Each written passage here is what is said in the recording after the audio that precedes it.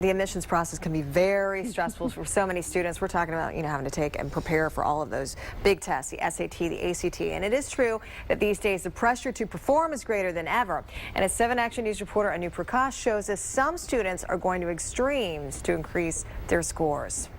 When it came to raising her scores on the SAT, Sarah Rodeo was determined to do whatever it took. I drilled the math all through the summer from my junior to my senior year, and in the fall, I was still drilling, still taking practice SATs every weekend.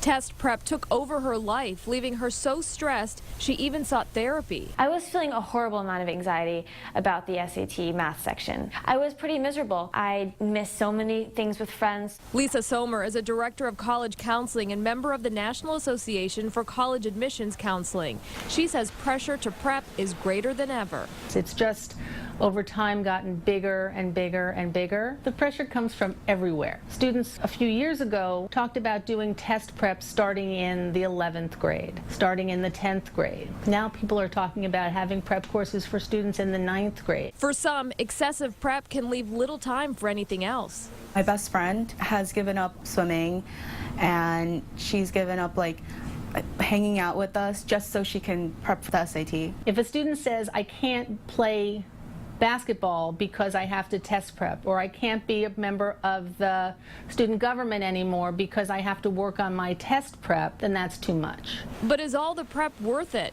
Former admissions officer and college coach Elizabeth Heaton says schools look for applicants in a certain score range, but then focus on the overall student. The idea that test scores kind of make you stand out, I think, is a little bit of a false one. What is most important is, what students are doing outside of the classroom, doing well in their courses, being interesting people who have things that they enjoy doing. A strategy that probably won't give you an advantage, according to Heaton, taking both the ACT and SAT over and over. Colleges have no preference of one over the other.